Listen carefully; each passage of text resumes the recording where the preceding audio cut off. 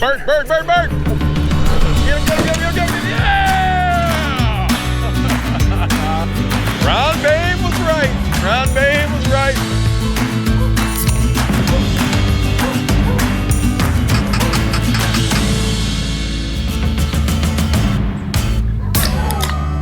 I'm feeling spry.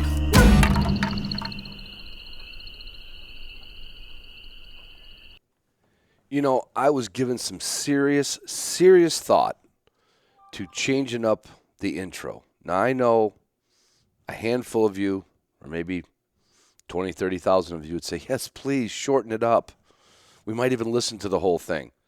And then other people I met at Pheasant Fest said, Ron, if there's one thing I listen to in its entirety is your intro, because they're always just a little different and you stumble over words and you go beep, beep, beep, beep, beep. So I don't know. But I was given some real thought to following the trend of just listing off the sponsors and then inserting little annoying commercials in the middle of a really good conversation about dogs, birds, guns, habitat, right in the middle of some guest saying something that you want to hear, and then you got to hear a commercial. So I just had this struggle, this internal struggle, and I flipped a coin. And common sense prevailed. This is a podcast. When you start listening to it, you don't want to hear me talk about something else. You don't want to hear me talk about Onyx, my title sponsor, or Gunner Kennels, the best kennels that were ever made, W Supply, the best customer service in the dog world, Garmin Products, the leader in cutting-edge technology for training and tracking. You don't want to hear me in the middle of this interview talking about Canine Athlete and their 25% off for your first order. Yeah, 25% off for your first order of Canine Athlete, and use the code, this is a tough one, Canine Athlete. Yeah. And you don't want me going on and on and on about all the Mossberg 410, and how Mossberg is going to be giving guns away all year on the podcast. You don't want me to interrupt the show with that, right? Or then and say, oh, and you know the best shotgun shell you could put in your gun is Boss Shot Shells. Well, everybody knows that. You certainly don't want to hear it in the middle of a good dog story, right? Copper-plated bismuth, you know it's the best. Purina Pro Plan, you know they're the best. The oldest, the most scientific, the most researched, they put more back into our dogs and our sports than any other dog food company, hands down. You don't need to hear that in the middle of a show. No more than you need to hear that Walton's has everything but the meats. I mean, you know they have everything but the meats. You know their catalog is like a Christmas wish list catalog. But did you know that everyday listeners could get 10% off with HDP 10, HTP 10? No, I don't say it all the time, but you certainly don't want to pay attention to that in the middle of a podcast, right? Nor do you want to find out that Marshwear, who has the coolest clothes for you and your partner. And see, that goes either way. See how I said that? You and your partner, whether you're the listener and you want to get something for your husband, or you're the listener and you want to get something for your wife, go to Marshwear. They have, I love Marshwear. They have everything. It kind of says I'm a hunter without walking around saying, look at me, I'm a hunter. And they have a everyday listener code of HDP15, 15% off. Look at the Marshwear. Go online and look up Marshwear. If you can't find something you like, then you shop too much. Four-wheel campers, Model M. I'm going to be in Minneapolis at the BHA Rendezvous with my four-wheel camper. So if you missed me at Pheasant Fest in Sioux Falls, you're going to be able to come there and see my four-wheel camper on the floor of the exhibition hall. I'm going to be there with it. I'll be there for 2 days, shaking hands, telling stories, and who knows, I'll bring the recorder with, and if somebody's got a really good story, I'll record it right there in the four-wheel camper. Yeah. And, you know, I haven't said this in a while, but Patreon, my Patreon patrons, I used to lead off the show with that, all right? They are my oldest sponsor. They are truly my biggest sponsor. And if it wasn't for my patrons, Patreon, go there, /Hunting Dog Podcast. You'll figure it out. You make a small donation. You get extra content. There's different levels. There's only 2 levels. I don't have more than that, just 2 levels. Everyday membership, which gets you monthly invites to the Zoom, which will be this Thursday, which is always a hoot. You know, if we ever got all of the patrons on there, we'd probably have to just cancel it. But we always get a nice spattering of people from around the country telling some stories, asking some questions. We talk about gear, and we talk about things real forthright. Does that sound funny? Forthright? What I'm saying is, if somebody has a question, I can answer it on the Zoom room, unedited, untethered, okay? Because it's like sitting in a bar with a bunch of your friends. So that's reason enough to join Patreon. And if you want to go to the second level, I'll tell you what we've been running this year, the history of my dogs. That is a small 30-minute podcast once a month, and it started out with my first one, and I think I'm on dog 3. That should last for about 2 more years with all the amount of dogs. And the stories, they are unfiltered and stories that most of them I didn't or couldn't tell on the air. Okay? Because there's just things you say in a bar or just to friends that you would not say on the air. Doesn't mean they're bad. It just could be taken the wrong way. Well, that's another reason to join Patreon. And here's the third reason to join Patreon. Canine Athlete and Walton's and Marshwear, they all have listener discounts. Patreon patrons have deeper discounts with all 3 of those units. And Gunner actually has a Patreon-only discount. So there. I mean, I don't know what else to tell you other than the fact that after this conversation I had with Patrick Berry from Backcountry Hunters and Anglers, I am probably going to get myself a Springer Spaniel. Go ahead, shut my mouth, yeah, I am. You know how much I love my Cocker Spaniel. I gotta try the other Spaniel. Anyway, we go over a lot of new stuff. Patrick just took over the reins at BHA. I'm going to see him in case if you didn't hear this podcast by Saturday and you live in Michigan, then it's too late. This Sunday, I'm going to run out to Founders Brewery in Grand Rapids, and I'm going to meet Patrick in person along with the BHA members of Michigan. And then, like I said, I'm going to have my 4-wheel camper up at the BHA Rendezvous. Talk about a beer-drinking hoot and holler. And a bunch of my friends are going to be there, and I look forward to seeing you. I look forward to that's it. I'm done. That was, believe it or not, that was take 62, and I don't think I could. Oh, the joke of the week. I forgot the joke of the week. So the grasshopper walks into the bar, jumps up on the bar stool, and the bartender looks at him and says, "Hey, I got a mixed drink named after you." And the grasshopper looks at the bartender and says, "Steve?" I hope you enjoy the episode. Love you guys. Love you girls. Love you girls more. This thing go. Wait a minute. Did I do that right? Said it's recording on my end. Okay. All right. Hey, everybody. It's Ron Bain with the Hunting Dog Podcast. I'm on the phone with a name not all of you will know, but a lot of you will know in the near future, Patrick Berry. And Patrick Berry jumped into some big shoes from Land Tawney as is the CEO the right word for that, for Backcountry Hunters and Anglers? Yes, sir. You are now the CEO of Backcountry Hunters and Anglers. And it's like the first, I guess you'd say the first replacement, right? Because Land was there in the beginning, from the first campfire, all through the growth. And now for several reasons, I'm sure, you are now the duly elected. Was it an election or was it by rifle? How did they, gun to your head? Yeah. So that's another way of asking me the question whether people congratulate me or send their condolences. Right. Yeah.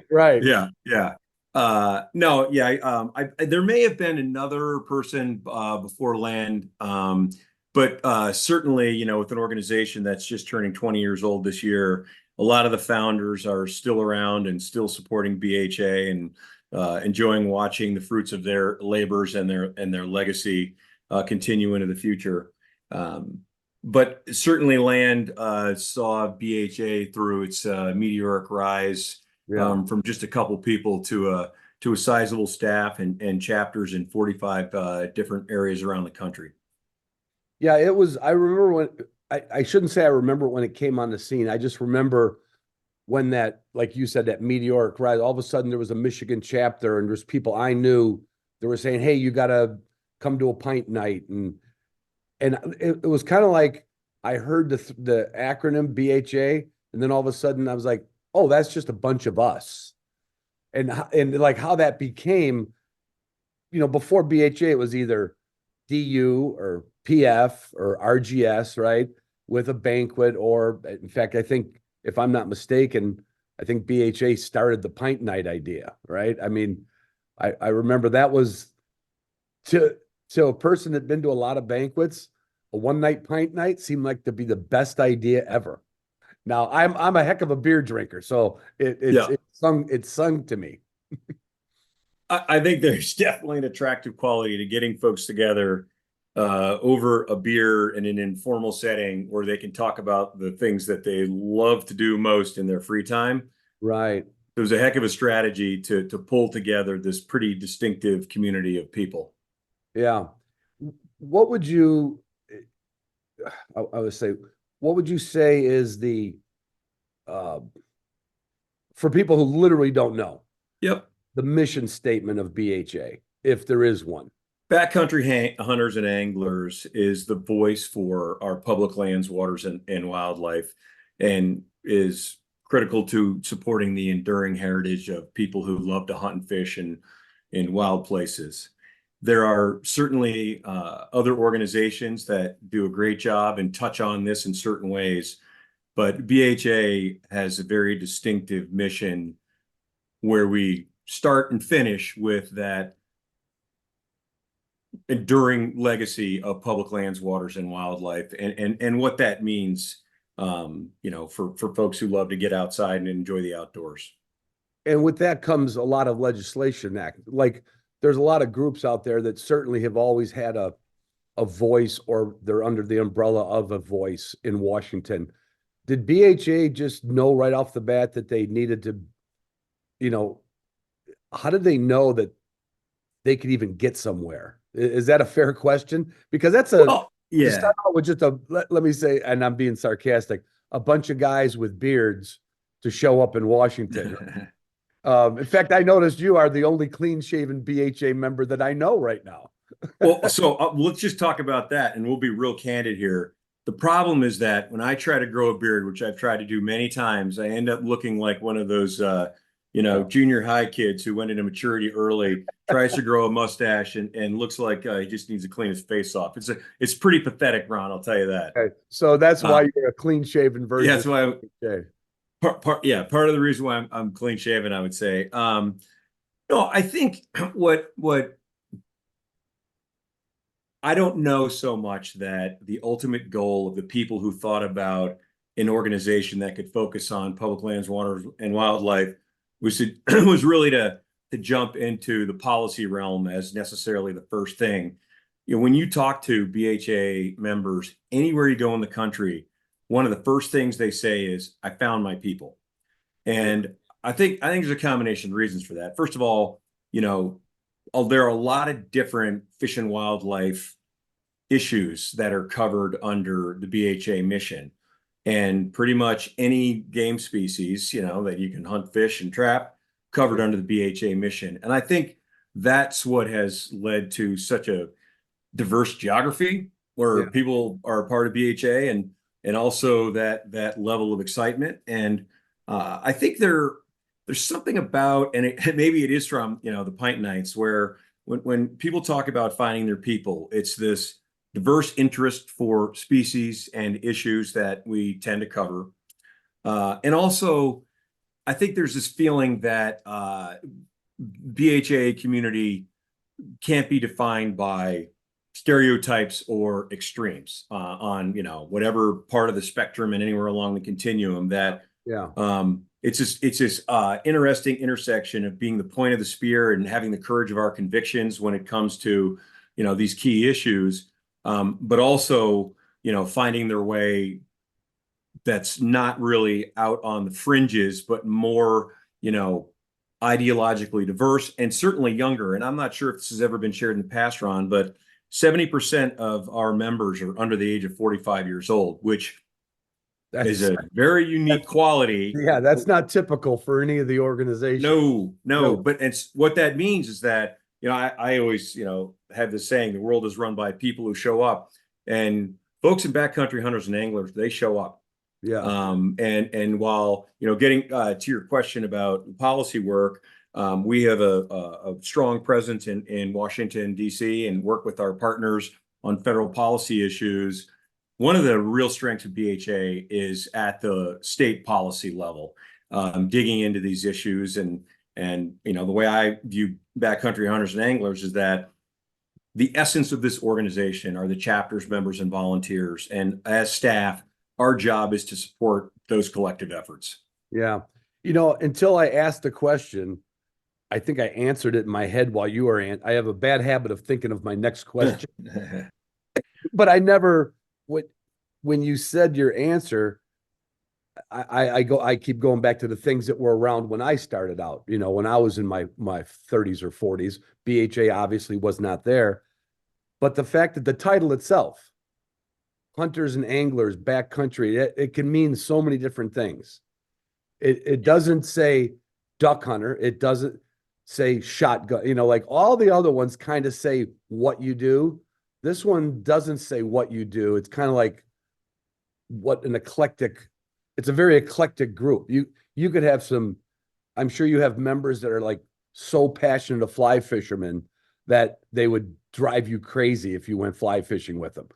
And you'd have members that are so devout upland bird hunters that they'd be the same. They don't fish, but you've got you covered a gamut of the outdoorsmen, which really no other group did. I mean, there might be a group that did, but it always seemed to be, even though habitat becomes part of everything, and it's good that it's become part of the conversation in the last 10, 15 years, it always kind of seemed to be single species, where you didn't go with that, not you, but BHA didn't go with that.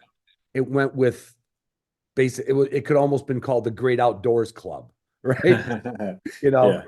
So I answer my own question. Yeah, no wonder why it grabs so many people, Yeah, I think they're, the roots of the organization are really, in the Intermountain West, in those large wilderness areas and huge tracts of land that are, they really have that backcountry feel. Yeah. And we'll always stay committed to, the efforts that were a part of the founding of this organization and are still going on today. But it's also certainly true, to your point, backcountry is really a state of mind, and it's where you find it. And, there are public land resources in almost every state, and it doesn't have to be some, large, charismatic, well-known wilderness area, in Alaska or the Intermountain West. It can be the mosaic of wildlife refuges and wildlife management areas and town forests. And I think one of the cool and attractive things about the organization is that when you talk about being the voice for this enduring, commitment to public lands and waters, and you understand that there's a lot of public land and there's a sense of backcountry for people everywhere, it puts outdoor recreationists who love to hunt and fish on a level playing field, because you've got these it's one of the beauties of the North American model of wildlife conservation that other countries simply don't have, is that no matter where you live, no matter what your socioeconomic status is, there are public land, water, and wildlife resources, at your fingertips, hopefully within driving distance, maybe within walking distance. That's a pretty darn attractive mission. That's a pretty darn attractive focus to pull in a pretty broad group of people who are passionate about this.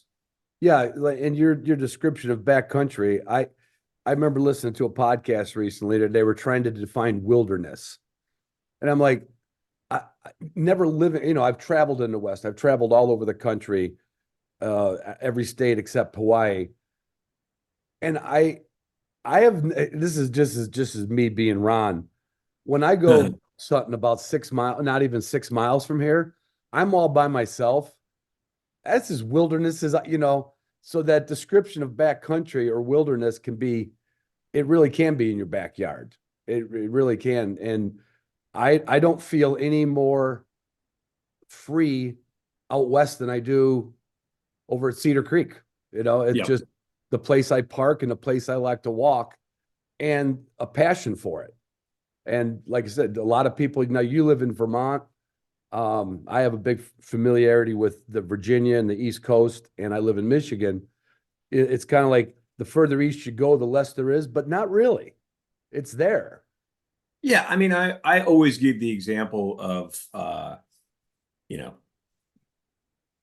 take a bird hunter, put him in the middle of the New Jersey Pine Barrens, and tell me that he could easily find his way, he or she Right. could find their way out. Right.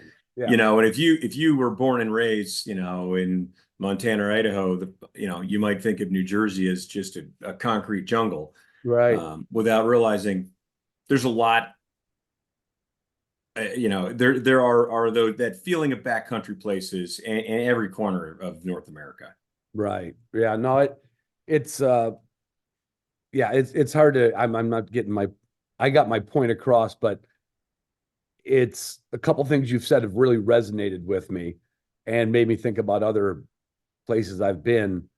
And it's literally everywhere. It's Yep. whatever you make it. It really is. It's what you make it, and it's that feeling that you get, and you Right. know, certainly, you know, where you live, Ron, in Michigan. I mean, you know, you've got this, you know, bird dog hunting podcast, right? And there are a lot of places that your listeners and our fellow enthusiasts go that feel like the middle of nowhere, and some of them could be national forests or wildlife management areas. But I've been lost a few times and needed to pull out my handy conventional compass, you know, with the dog looking at me like, buddy, you have no idea where you are, do you? Yeah. Yeah. Yeah. When the dog starts following you, you're in a little trouble. Yeah, right. Exactly. Yeah. Yeah. And not to beat that to death, but that's probably another reason why BHA grew so much, because of that awareness. Like, you could be in Indiana and find that passion for backcountry hunters and anglers, not the club, but the thought of it. And You know, yeah, I think there's also an attractive quality. You know, people tend to care most about what happens in their neighborhood, in their town, in their county, in their state, and they Mhm. should, right? Yeah. I mean, that's where you live, and but the chapters and volunteers of BHA, I think they really feel empowered to engage on behalf of sportsmen and women in a lot of different ways. And you know, I think too, you know, gosh, it's maybe 6 weeks ago, I watched an hour and a half of testimony in a legislative committee in the state of Kansas, where 97% of the land is privately owned. And the Kansas BHA chapter board members opposed a bill that would have basically privatized a lot of wildlife resources for hunting by granting excessive tags to private landowners. And, you know, if you believe in scientifically based wildlife management, would have absolutely diminished opportunities for other folks, you know, who enjoyed hunting and fishing. And those board members stood up at this hearing and talked about the value of public lands, waters, and wildlife, and what the public trust doctrine means, you know, for people who love to hunt and fish. And, you know, while not a lot of people are aware of the tenets behind it, you know, the North American model of wildlife conservation really has its underpinning in states supporting the scientifically managed public trust resources and the fish and wildlife values they represent. So even in a place like Kansas, where there's only 3% public land, their recognition of the value of those limited resources and the wildlife that can be found, you know, across all public and private land, it was pretty remarkable. I was inspired and impressed by our own guys. Yeah. And how do they, and this may be a tough one to answer, Patrick, but how does, let's just say, the Kansas BHA, how do they find out about these issues that are coming up in front of the legislature in a particular state? How do they You know, find yeah, great question, Ron. It kind of depends on the state, right? In Pennsylvania, the Pennsylvania Backcountry Hunters and Anglers chapter actually uses some of their member dues at the state level, and they have a governmental affairs specialist, a lobbyist, if you will, who, you know, he's a guy, serious outdoorsman who represents BHA in Pennsylvania and keeps them informed of activities and issues. Every chapter has a policy chair, whose job is responsible for helping to track that. So sometimes it's grassroots, folks paying attention to what's going on. Right. Other times it could be a paid lobbyist.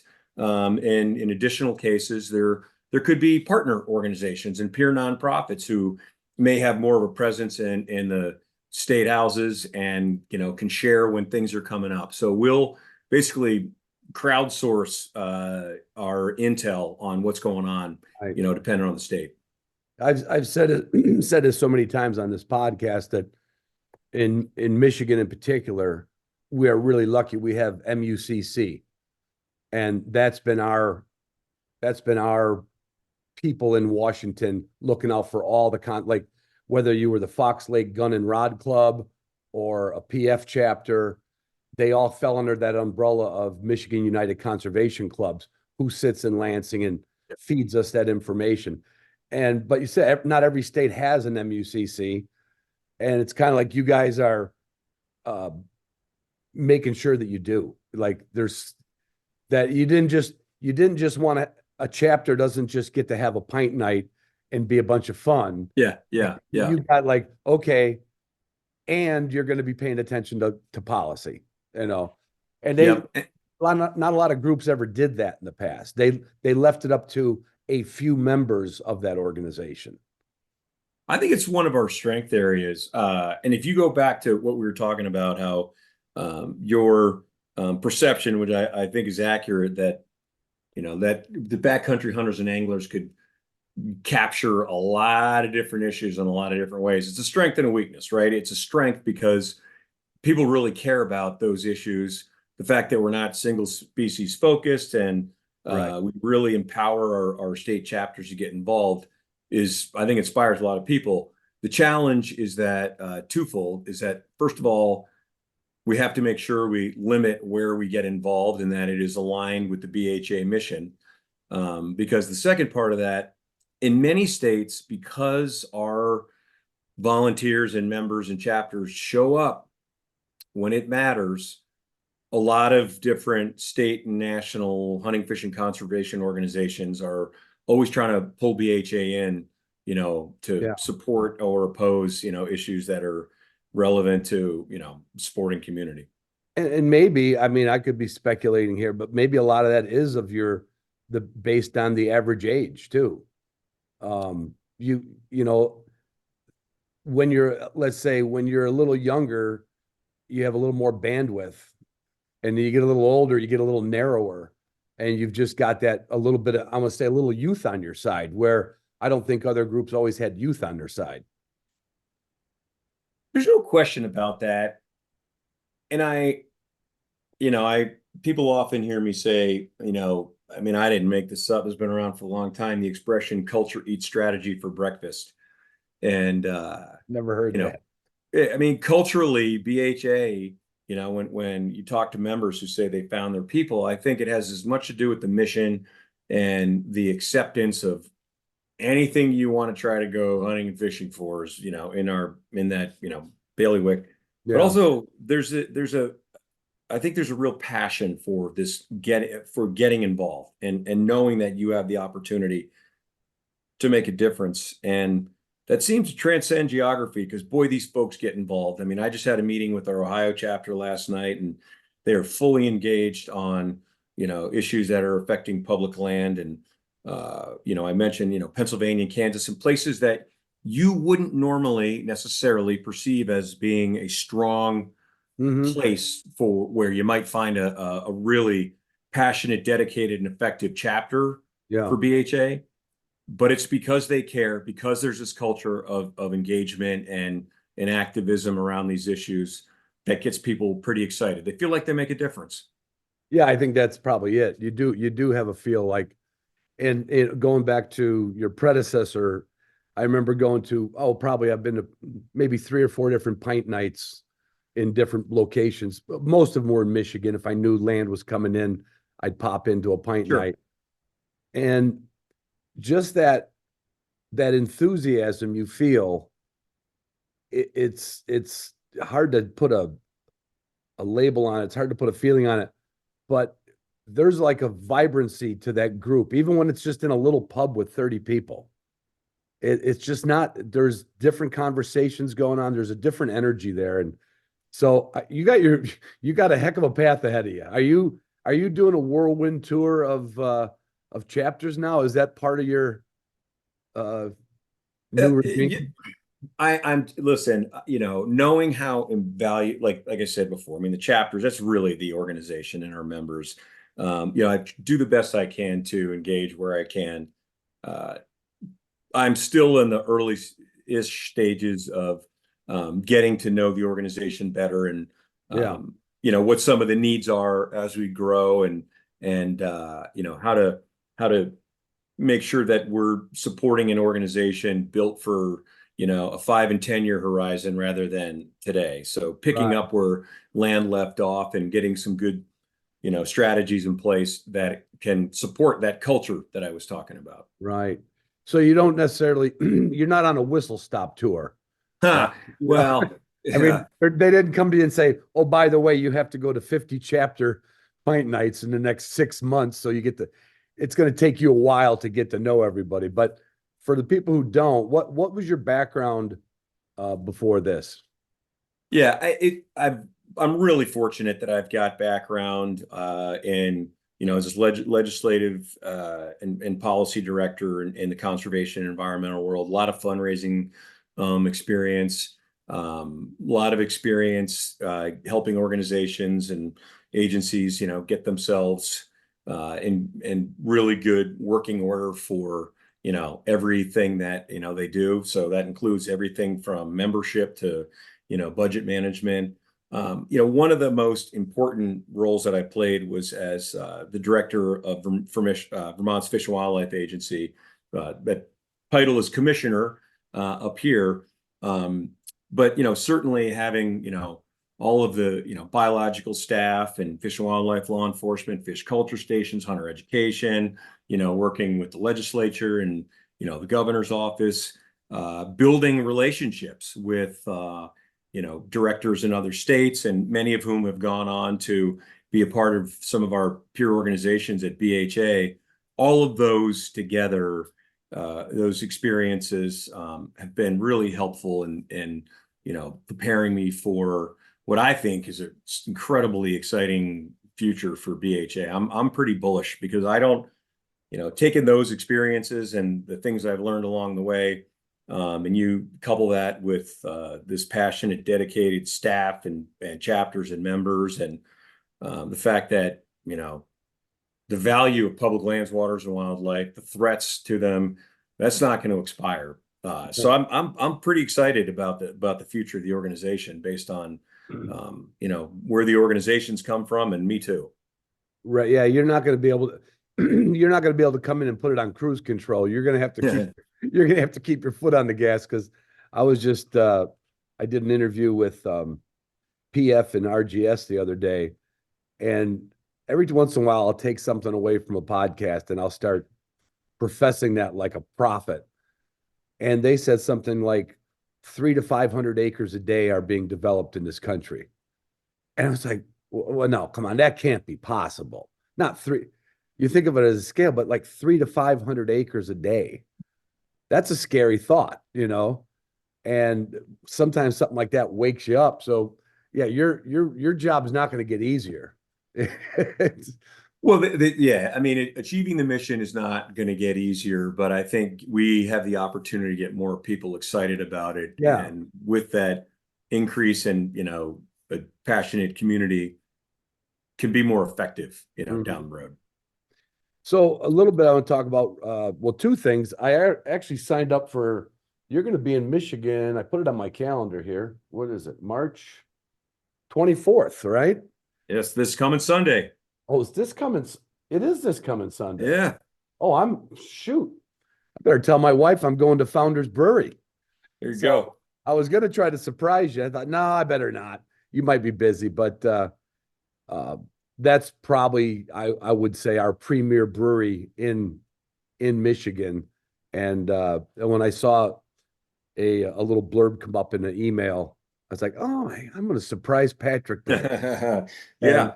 So yeah, we're gonna get to see each other a couple times, because I'm gonna jump over there at least for a couple of beers and listen to what's going on. And then I'm also going to be up at the Rendezvous with one of my sponsors in the exhibition hall. So we're going to get a couple chances to have a beer. If you're a beer aficionado, I don't know if you're I don't know if you have Land's passion for beer or if you're just, middle of the road. I have had a outstanding career having an appreciation for beer and particularly brown liquor, where I think I consumed enough for a lifetime, and I decided to give it a rest, if you will. So I've retired from my professional status in that particular sport. Well, I haven't. I have I have not matured to that level, and I think I'm a few years. But I think what the key is, see, you mixed in the brown liquor, and see that's you stick with beer. With beer, Yeah.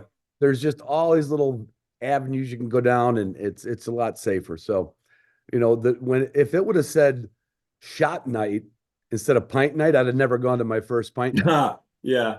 No, Where that you was might have said, yeah, I wonder what they've got in brown water.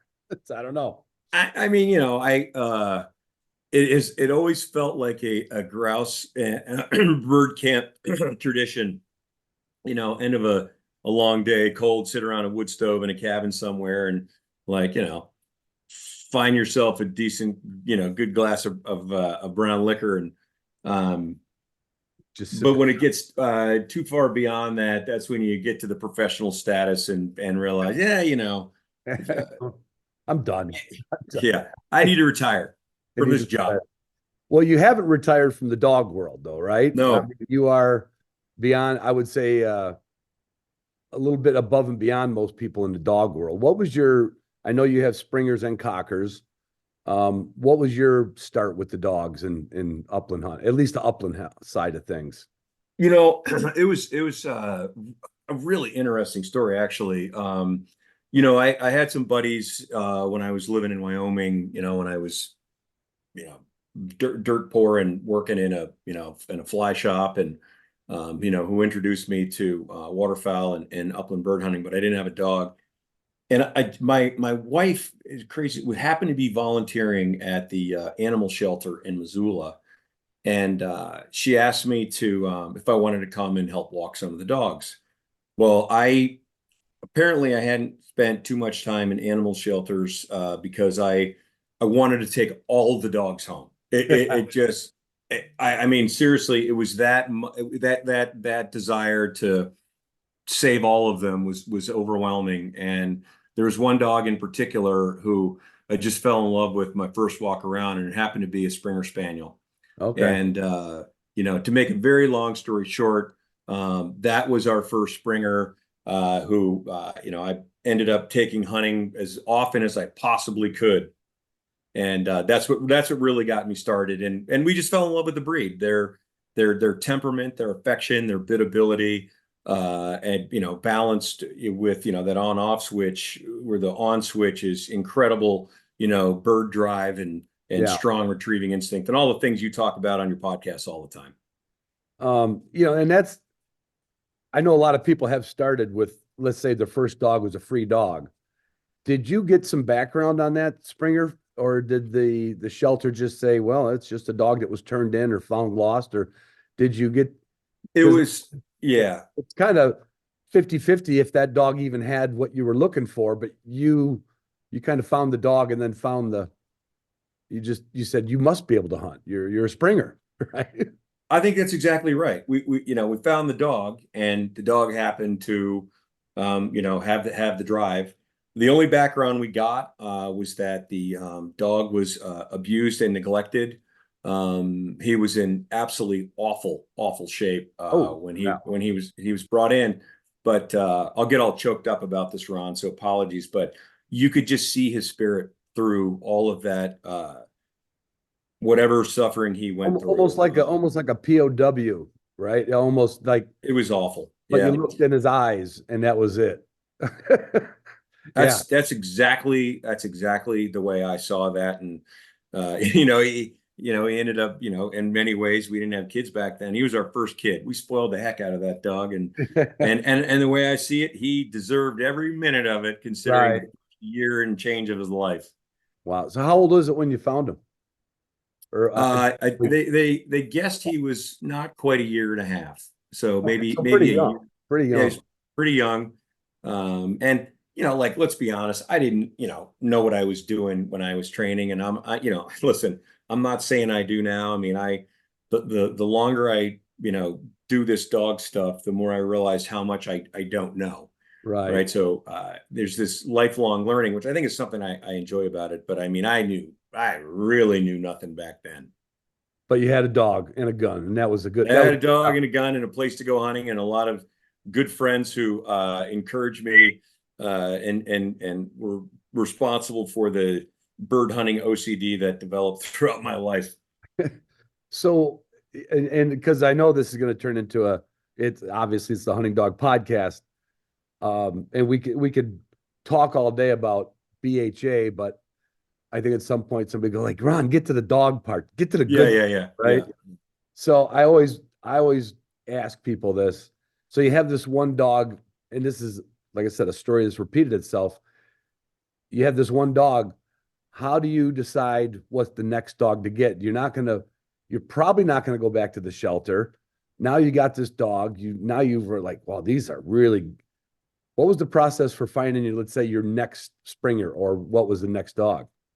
I can't remember how I ended up coming across this gentleman named Gary Hanby, who lives in Victor, Montana right now, who became a real mentor of mine. And he had some really, really nice Springers and hunted them, and was, successful amateur field trial guy. And he helped get me motivated. I went training with him a few times and learned a few things with this first dog that I had. Yeah. Went to my first field trial. I think it was 1995. I went to the Missouri Headwaters field trial in Three Forks, Montana. Wow. And I remember seeing these dogs. It took my breath away. I mean, it doesn't do it to everybody. I get it, right? It just, I couldn't believe the drive, the style, the power, the intensity of these dogs while hunting, and also being in control. I was gonna.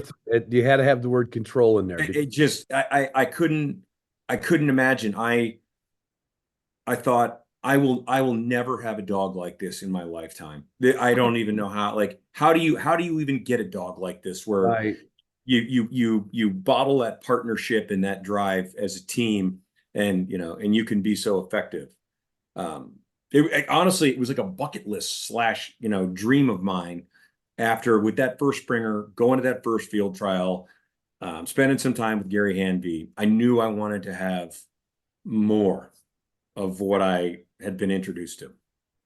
Well, you said I've been to a lot of different dog things. Like, you could go to a field trial for the pointing dogs, right? And that's kind of like you don't feel you see the desire of the dog, you see the performance of the dog, but it's kind of independent of the handler until that time comes. But with the Springer or a Cocker, yeah, it's like trying to watch a mini NASCAR race and nobody hits the sidewalls, right? And you're like, wow, yeah, it's like there's no way that this dog could bounce back, come back, go out, come back, stop, watch, free. Like, yeah, it's a different energy level than any other dog. And it matches my personality. I mean, yeah, you are a team in perpetual motion. yeah. And anytime you step into a piece of cover, whether it's, the grouse and woodcock tangles of Michigan, the upper Midwest and the Northeast, or, the pheasant and quail, fields in, in the Midwest, or wherever you are hunting as you, the individual, from the minute you step in there and crack that gun closed. Yeah. Listen, I've enjoyed the heck out of hunting with my buddies who have pointing dogs and some really darn nice dogs. And Right. it's, we're on the same team, but the sport's a little bit different, and it depends on what appeals to your nature and personality. Right. And Ron, you know this too. It's so funny how, people who love their breed, they love their style of hunting, are always trying to convince everybody else you should get this dog. It sort of Right. reminds me of the joke, what is it, a vegan, a CrossFitter, and an atheist walk into a bar. I know because they told me as soon as they walked in. Right. Right. Yeah.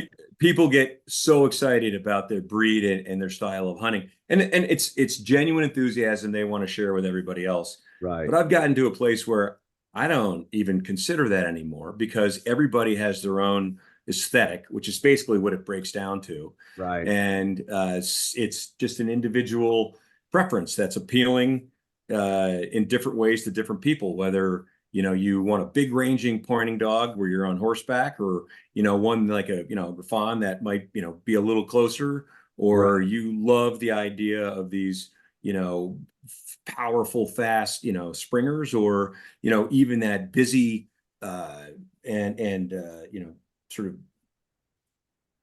driven way that cockers go about their job. It's just that it's that personal preference. It's like whatever you decide to wear for clothes. Well, I never had flushing dogs. I'm on my second cocker here, but only 3 real years of experience. And you nailed it. When you step out of the truck and close the gun, you're kind of ready for something. Now, it can happen in the pointing dog world, right? I've had a dog on the ground get his collar on, and we kind of look out into the horizon like, hey, let's get over by that, area. Let's work over there. And every once in a while, boom, there's a point, right? Yeah. But Yeah. the way a flushing dog like that works, you're right. You got to be at port arms, and you Yes. got to be paying attention. Like there's an intensity to it, because you feel like it could happen at any second. Where if you watch a pointing dog cruising across a field, of course it could happen at any second, but you can also be kind of relaxed about it. Absolutely. Yeah. Right. And you get that flushing dog out, and it's like somebody told me once, if you dare put 3 on the ground, you'll get vertigo. Right. Right. Yeah. You couldn't too much. Yeah. Too much. It's also redundant too. I mean, a well-trained, well-bred flushing dog will cover all the ground within gun range. Right. And having another dog is redundant, and also would probably make your head explode trying to manage both of them. Right. Right. Do you ever, at the end of the day, and I used to do this with my pointing dogs when I first started going to South Dakota in the 90s, be like, oh, it's the end of the day. Let's let them all out, and you're not even really hunting. You're just, let's just let them all out. Never seems like anything, it could happen, but it's too much chaos. The same thing with pointing dogs. Like you could do 2 of them in a big area, but in one area, one dog is enough. One dog is enough. It's really interesting. Most of my dogs, when you let them out of the truck, they don't go anywhere yet, because what they're used to is, whether it's training or, even hunting, they're waiting for my cue. And that would be true of anybody. Right. And, I know that you've had Todd Agnew on your podcast before, and I have learned a lot from him, and I really value his approach to training dogs. And one thing I remember him saying is that when the dogs are young and you're developing them, you want them to believe that all good things come from you. Right. Right. So it can start out as treats and how you train them, all the way up to their development with birds, where they understand that you're the guy that has the birds that, puts them out, that, so I think that does build a habit of focus. So, they don't tend to bomb off. Now, with that said, there are certainly times where they know it's a fun run. I let them all out of the truck at the same time, and boy, I'm glad that I'm away from, places where they can get in trouble, because is just it's like a swarm of bees running around the woods or the field or wherever it is. Yeah, to do that is just a convenience thing for, say, after you get done feeding them, let's let them all go to the bathroom at the same time. But Right. Yeah. Yeah. Almost every time. yeah, go back to Todd. I mean, Todd's been on the podcast, I think 3 times, two I know for sure. And he's certainly someone that is well known. How did you, was it the Springer journey? Because you were out west, and I think of Todd Agnew as out east. How did Yep. you run into Todd and get involved with him? Well, we ended up moving. My wife and I moved back to. She was born and raised in the town we live in, and she wanted to get back to her home state, and of course, great place to live.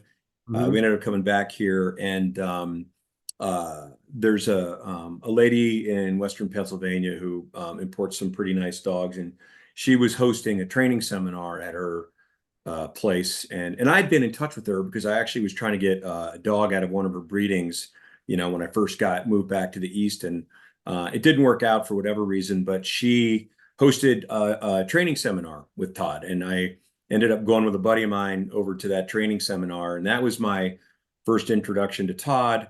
And I've just seen him in the field trial world, as competitors. I mean, or I've been fortunate to judge Todd a few times in trials. I spent a couple of days at his place down in Georgia, and I just I really value his philosophical approach, and in a lot of ways, I think that he has helped redefine uh, successful spaniel training. Yeah. Yeah, that's a great way to put it. You almost feel like you're, I get, if you were in the pointing dog world and you went down to see Rick Arani Smith, you're like, oh, this is how you do it.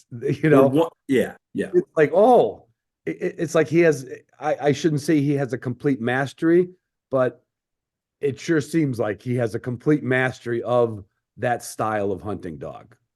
The foundation, listen, I have been fortunate. I've probably trained with a dozen different pros around the country, and I'm friends with a lot of them. And, even ones I haven't trained with, I've been fortunate. I can talk to them about training, and I learned something from everybody that Yeah. I come across with.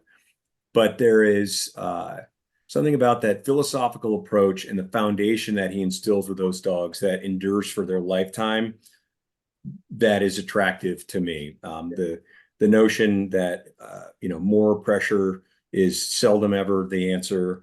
Right. He develops these dogs without the use of compulsion until, I mean, it's absolutely necessary. Right. And because of how much I adore my dogs, and they live with me, if I can get them to an incredibly high level of training and performance with as little pressure as possible, then I'm not taking anything out of them. Right. And certainly you've got to put the sidewalls on at some point. Let them know, what that boundary is for, Right. that development. And I think Todd does an exceptional job of finding that balance.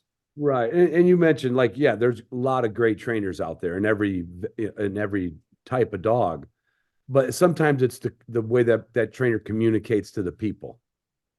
And I think you could get a person who's just as competent in trialing or training dogs, but sometimes it's the message from that person. And that's where I think his strong point is. It's kind of like when E.F. Hutton talks, that old commercial. Right. Yeah. Like I'm not into financial things, but if I were at a seminar and I listened to a banker and then I listened to E.F. Hutton, it's like, well, that made sense. Yeah.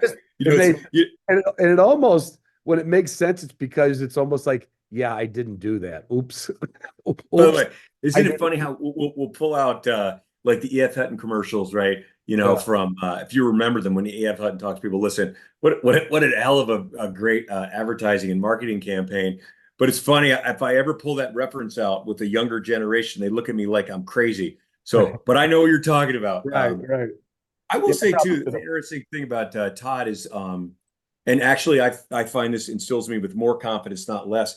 He is not afraid to say, I don't know. And I don't think he thinks that he's got this all figured out. And I think there's a high degree of humility that that all these dogs are different, and they'll teach you something new, and that you've got to learn to. They'll teach you something if you're willing to learn. The Yeah. dogs themselves, and I think it's another thing about Todd that I think is valuable. That not afraid to say I don't know, or know that the dogs will teach him something too. Right. You mentioned judging a couple times. When did you talk about jumping in waist deep into the dog world? Yep. That's another level where people kind of have such a passion that you want to be on the analytical side of it. You want to be on the judgment side of it. Where did that start? Was that out west? Did you? No, I mean, I got a lot of encouragement from some mentors of mine who were maybe just fellow competitors, and I liked the way that they thought about dogs, and because I train my dogs by myself. I mean, I did get help with one of my dogs from Jason Givens in Wisconsin, who has just become a wonderful friend, and I really appreciate a lot of what he does in the spaniel world too. But mostly I train them by myself, which really helps have a better understanding of the dogs, right? I mean, if you hunt, you shoot, and you train your own dogs, you have no choice but to pay attention to the nuances and details that are required as a part of that judging. And certainly I like being analytical, and certainly you learn something when you judge big time. Right. So that's how I really got into it. And I've only been judging, I think this is the 4th year now. But I've had some great assignments, and have really enjoyed that process. And it's one of those things, Ron, when I'm like hunting, when I'm judging, I don't think about anything else. Right. Not my job, not whatever personal issues I'm having, not how. I don't even care if it's snowing or raining horizontally. Right. I so love these dogs. Right. I'm so passionate about these dogs. I enjoy it. And I don't even care who the handler is, whether there's somebody that I get along with or don't. I am really looking at and enjoying the dogs, and focused on the incredible performances in front of me, and how to sort them out and find the best dog that day. Yeah, that is something I learned when I got to judge in NAVDA. It gave me an appreciation for, in our case, all the different pointing breeds, where I would meet a lot of people, and it's human nature, like, oh look, and this is true. This happened, this is 20 years ago, 25 years ago. Somebody brought a Spinoni to a test, and people would kind of go, oh, it's got a Spinoni. But as a judge, you can't help but just be interested in that dog at that moment. And you're like, wow, no, that dog's got some quality. It's not the same as that dog, but that dog's got a quality. And I think it opens your eyes, and it doesn't always make you a better trainer, but it does give you a view that not a lot of people get. You just don't get to see that many versions. And then when you get into your own breed, you're like, wow. Oh, yeah.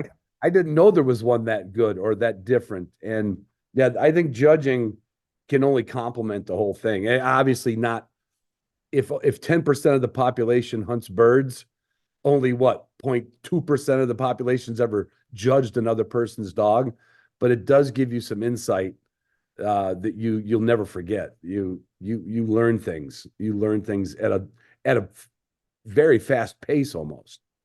And you'll continue to learn for the rest of your life. Right. I mean, my buddies know and it, family, whatever, like one of my, I don't know if we call it a philosophy, but just a belief that I have is, if you want to be successful at anything you do, you got to come at it with 3 things: humility, curiosity, determination. Yeah. And, with judging, that humility and curiosity, I think, are instrumental in being a good judge over time. And I wouldn't say that would ever give myself credit for being a good judge. I mean, that's something I think you have to grow into, but I think I understand what I'm looking at. And, I think that comes from being analytical and spending so much time with my dogs in the field. But you learn the rest of your life. what you're looking at and how to sort out the best of these animals. Yeah. And it's not, and on a side note, it's not a bad place to be when you're looking for your next dog either. Oh my gosh. I got actually, it's interesting. There's usually a few people after I've finished a judging assignment, on a Monday morning hey, so any dogs you really like, any dogs you're looking at? What's funny though, Ron, is I think I had more confidence in what I wanted for my next dog 2-3 years ago than I do now. There's so many good dogs. There's so many good breedings. I do really tend to focus as much on temperament as titles and me too. Yeah. I understood our scoring system in the versatile dog world, but I always was a little miffed that we have point qualifications for desires 4 points, nose is 4 points, search is 4 points, and then cooperation was 2 points. That was our multiplier. And I'm like, boy, when you see a really cooperative dog, it all just comes together. And then you can pick up on that. It's almost like, shit, they all have a 4 nose, right? But exactly. How they use it in cooperation with you in the hunt that day. It's like the cooperation should have been a 6. And, I'm exaggerating, but it's something that when you nailed it though. I think you nailed it. I come with a general belief. Listen, I know that these are all, you could shoot holes in any of this too, but sure. Spaniels, as you know, are one of the oldest, hunting dog breeds in the world. Right. I'm assuming that most of these breedings from, good hunting and trial stock with, proven pedigrees, which is, never a guarantee, but a good way to hedge your bets. You're going to get a good dog. Right. I assume they have natural ability. They've got nose and drive and, retrieving drive. And so that focus on biddability is important. And that, connection is that, I'll often say to people, at least when I'm judging, but it's true in any, training and hunting too. If you don't have a connection and a true partnership with a flushing dog, it's really hard you don't have the foundation you need to be as successful as you'd like to be. Right. It's just absolutely critical. And that team, the success of you and that dog as a team. Yeah. And there's probably not 2 breeds of dogs that look you in the eyes anymore than Cockers and Springers. Now, I'm sure there's those outliers, right? But I know, like, when I would go up to a new handler and it came up, let's just say they had a German Shorthair, and I talked to them, we're giving them the instructions for what's going to happen next. And when I see the dog that just swinging his head all over the place and wants to get off the leash, and you always want to kind of pay a little bit of attention to that person and their dog, make them relaxed. And I'll pet the dog if it's appropriate. I'll pet him on the head. And when I see one that'll even lock eyes with a stranger being the judge, I'm like, okay, this dog's got something, because there's a lot of dogs out there, and it probably happens at my depth in flushing dogs is very shallow. It probably happens in the spaniel world, but the dogs that can't look you in the eye and can't focus on you for a minute, that's already an uphill battle. Mm-hmm.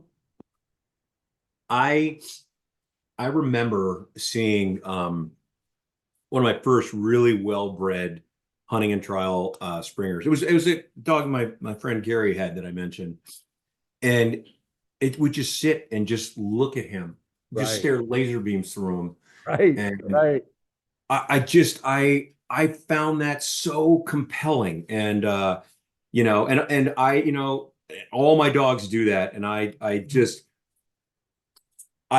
love that. And again, that's one of those parts of, like, your breed standard that, like, it's a little bit different for everybody, but it's just so, for me, that's a part of spaniels that it matters a lot to me. That connection, that partnership, that you're in it together. And when they look through you like that, like we're just talking about, you could see that they want to be connected. They want, not all of them, but Right. and how you train them can help bring that out as well. But you nailed it exactly. And I'm assuming your cocker is like that too. Yeah, yeah. I remember the first one I got.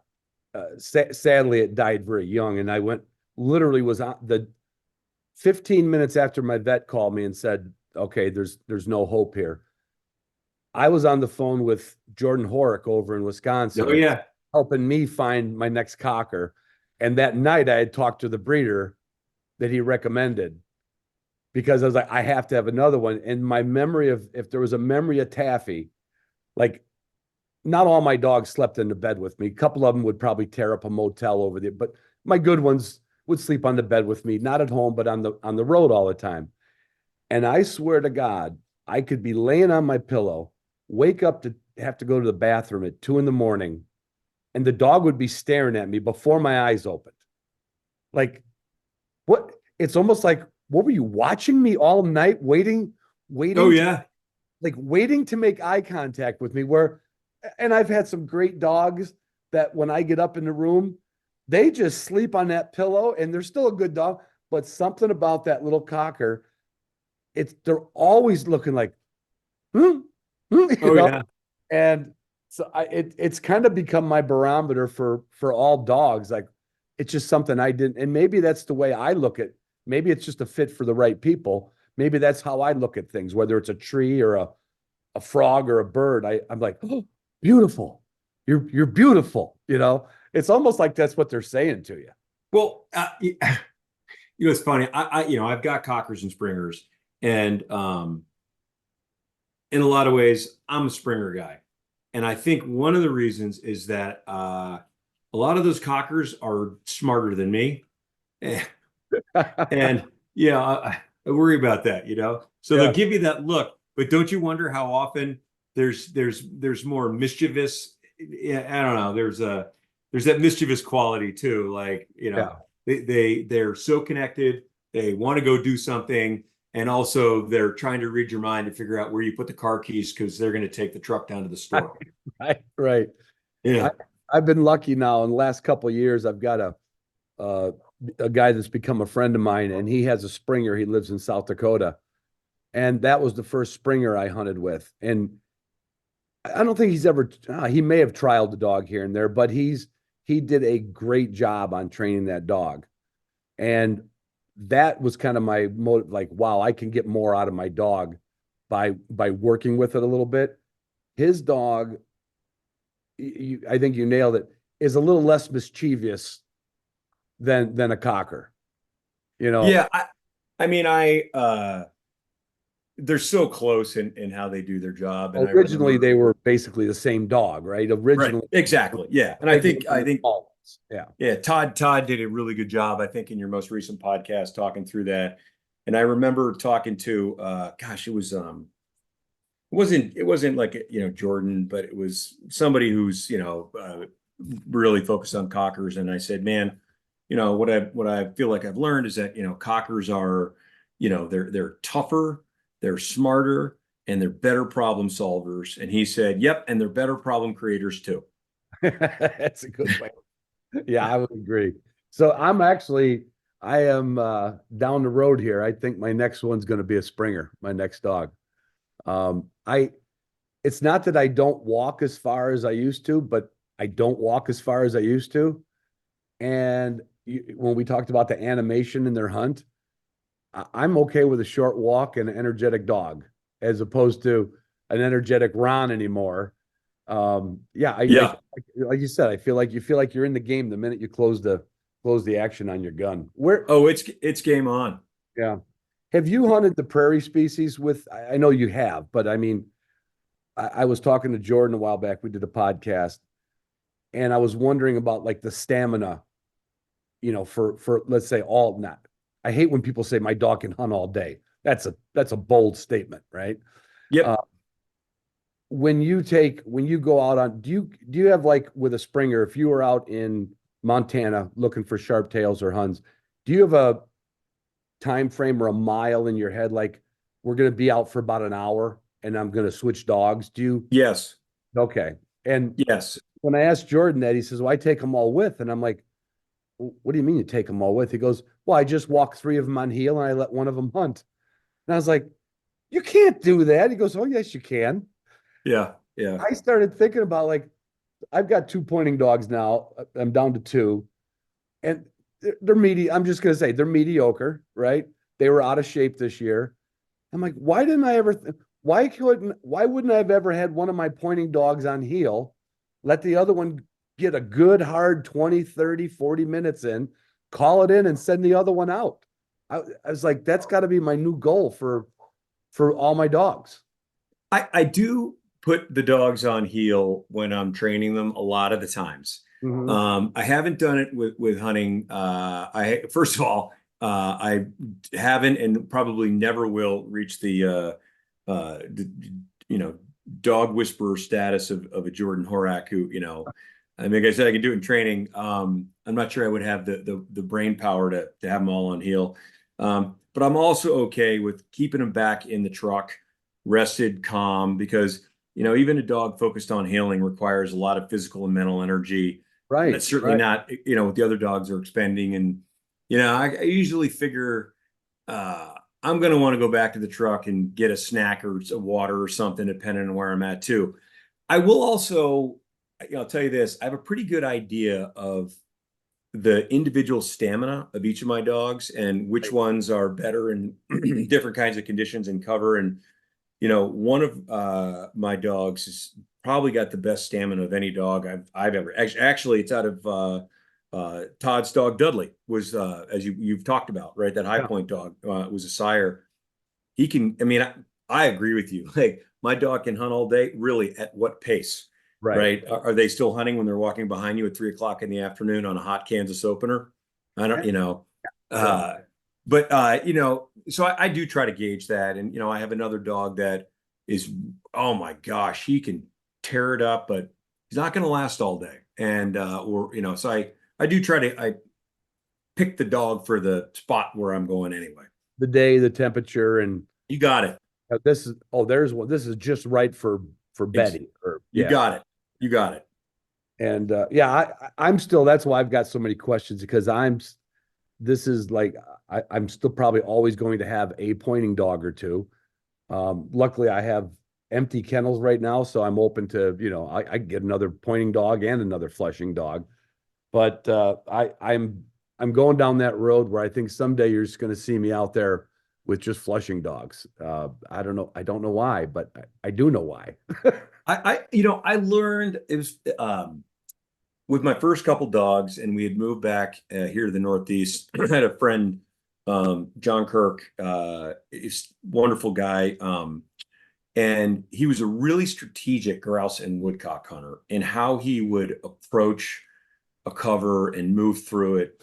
And by extension, his dogs were never really well trained. But what I learned is that because Springers and Cockers hunt with so much, speed and energy at times, you've got to be strategic in the way I learned from John too, right? So isn't it amazing, Ron, how a grouse knows, even if it flushes in 15 feet in front of you, it's just on the other side of that only small softwood where you can't see the damn thing and can't even get a shot off. And so I've gotten better at sort of the combination of recognizing that these dogs are going to move through the cover very quickly hunting and my need to be strategic.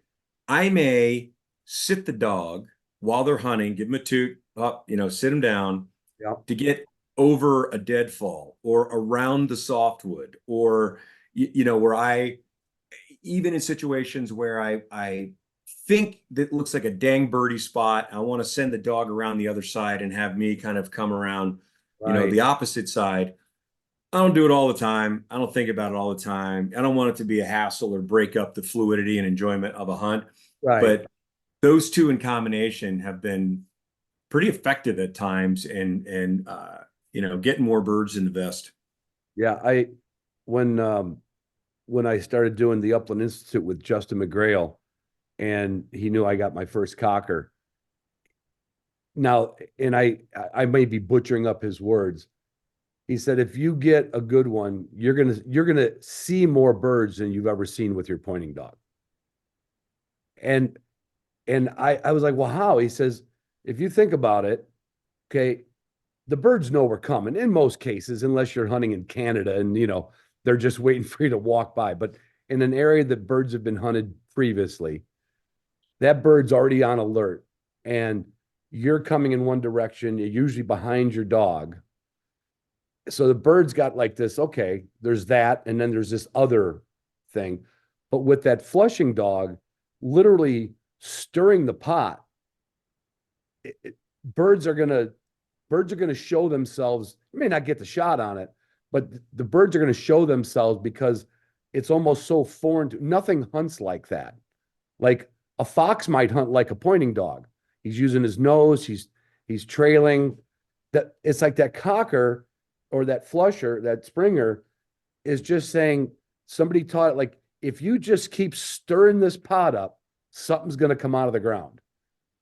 And Yeah, they don't, yeah, and they don't miss much. They'll cover every piece of ground within gun range with either their feet or their nose. right. And if you keep that connection, you keep them in range, you have tremendous opportunities. Yeah. And just like we were saying, Ron, that depends on your personality and your aesthetic preference for what you get for a dog.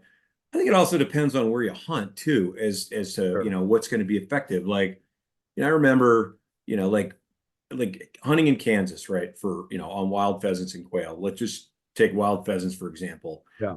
I remember standing, in a giant CRP field with my flushing dogs and thinking, this might be a good spot to have a big ranging pointing dog who's gonna hit and cover a lot more ground than we're going to be able to on this 1 mile by half mile piece right here.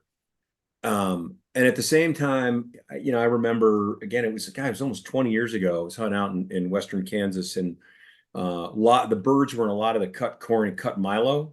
Mm-hmm. And there were a bunch of pointing dogs that were in this hunting party that we had, and the birds would not hold on a point. Even the experienced dogs that would go around the backside when they relocated, and there was just too much room for the birds to move and run through the cut crops. But when you got the Springer through there, they could get them in the air for you.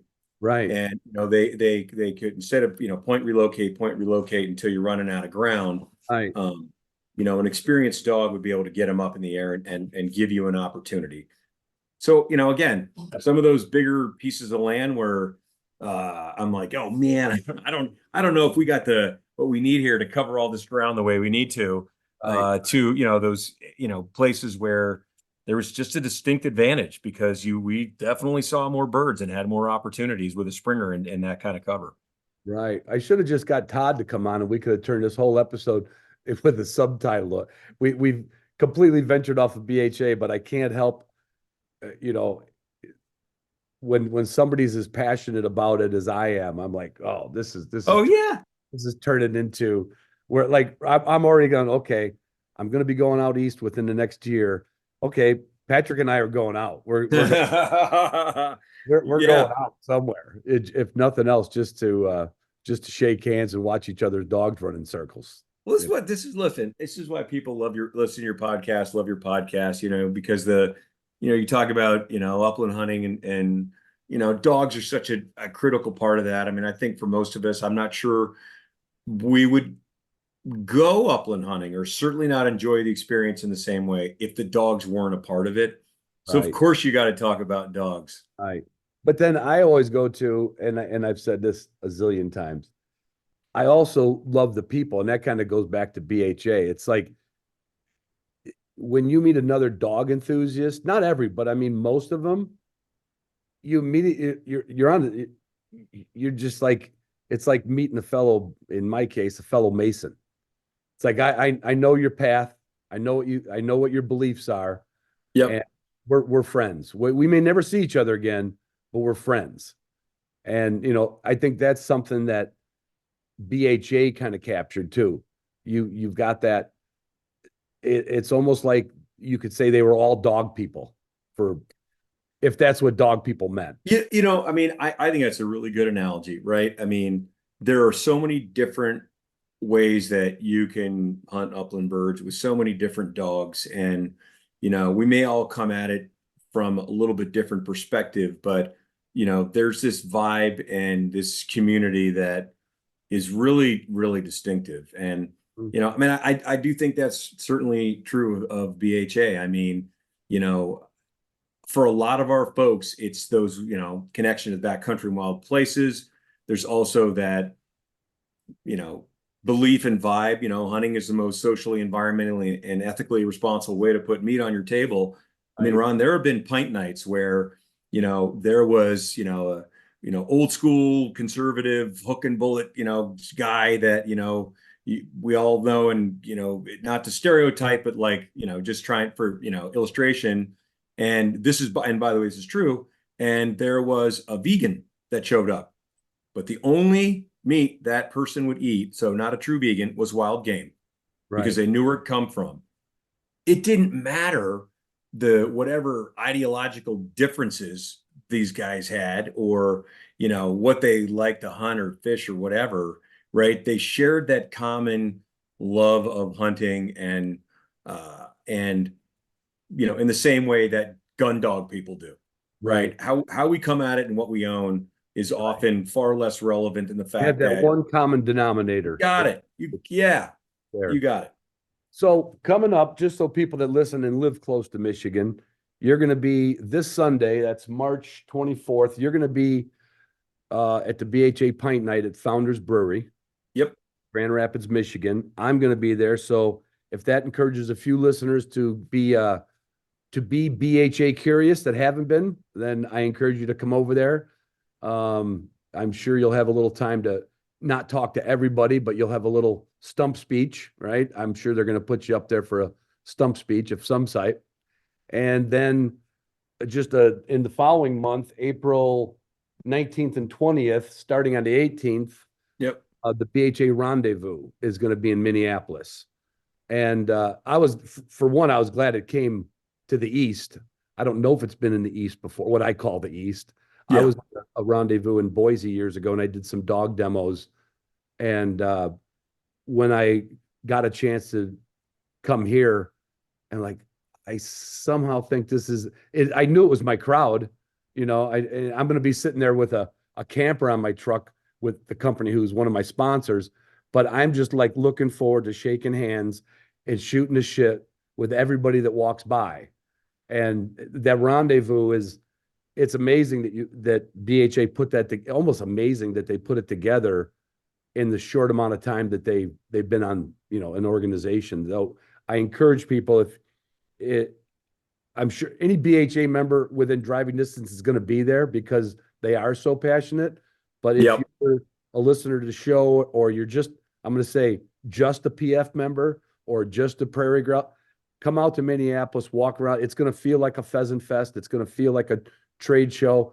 You're just going to meet some fantastic people. And we're going to have some of our friends and colleagues from Pheasants Forever, Quail Forever going to be there too. And, their president and CEO, Marilyn Vetter, will be there. And she and I and Ben Jones from the Rough Grouse Society are going to do a panel along with all kinds of really great seminars for folks too. And, there's a wild game cook-off and a turkey calling contest. And then some, really great seminars like, Ryan Callahan from Meat Eater is going to do a pretty cool seminar. And we're even going to have some pretty important seminars on some pretty frightening emerging issues across the country as legislatures and administrations make an effort to undermine, over a century of successful scientifically based wildlife management. And, it's something that I think folks are going to be excited to learn about and get more engaged in. And need to, right? You and I could love what we do and love these black-eyed, melting in your eye dogs. But if we don't pay attention to everything, that's going to cut us out of the picture. So yeah, you've got to find your passion for advocacy as much as the passion for that one thing you do, and that could be fishing or it could be kayaking, but and that's where BHA comes in. You guys grab you're kind of laser focused on, you almost tell people what they're passionate about. Like, oh, I didn't realize I was that passionate about. Yeah. Yeah. I didn't realize. And just like I said in the beginning, the two things that stuck out in podcasts were when I'm drawing a blank on his name, when they talked about how much land is being eaten up every day in this country just by development. The first time I interviewed Ben Jones, he was down at my house in Virginia, and he told me that only, and I swear he said, only 1% of grouse hunters are members of RGS. And I was like, you could have knocked me over. I'm like, no, somebody gave you some bad data. That's bad data. Everybody I know in Michigan, well, I only know 11 people that go to my RGS meeting. So, of course, I think they're all RGS members, right? So all of us have to be more you've just got, and I didn't do it when I was younger. And that's why I'm glad the forefront isn't really about just your springers and cockers and our pointing dog. It's about the advocacy that we all have to pay attention to keep doing what we do. And I think that's where BHA, is leading the charge on that and bringing in that group of truly younger people. Yep. Yeah. Younger people really want to make a difference. And, for your listeners out there that may not be familiar with the organization, I mean, we start and end with conservation, and recognize that direct nexus to hunters and anglers, and also the fact that people who hunt and fish are responsible for the lion's share of conservation money. That's, right. But not conservation money. Conservation dollars, through, these grant programs that, hunters, serve in particular as real partners in managing wildlife for the ecological carrying capacity and the natural systems that support all wildlife. There's a lot of really important conservation work that, comes out of our hunting, fishing, and trapping community, and I think is represented very well in the ethos of the backcountry hunters and anglers community. Yeah. I think that's a perfect way to wrap it. I mean, that's exactly. I could think of something else, and you could think of something else. Yeah. Because we love what we do, and we love the people we meet, and that's. I guess I'll wrap it up with. I've told a lot of people I wouldn't hunt if it wasn't for people. Just as much as I wouldn't hunt if it wasn't for my dog, I wouldn't hunt if it wasn't for people. And it's just a great group of people. Well, I appreciate that. And I enjoy your podcast, and I enjoy your celebration of gun dogs and upland hunting. And I appreciate the fact that you'll bring in guests like me and previously Lantani to talk about bigger picture issues in conservation and recognizing we got to talk about our bird dogs. Well, we got to do that. We got to. Yeah, no, but I appreciate that, how the angle that you come at all this, Ron. Right. All right. Well, listen, I don't know how long you're out east this week, right? Yep. Trying to catch up. And we're going to see you Sunday at Founders, and then again in Minneapolis on the 19th and 20th of April. Looking forward to it, Ron. All right. We're going to put a hand to the shake. Thanks, buddy. We'll see you then. All right. See you, Patrick. Bye. Bye.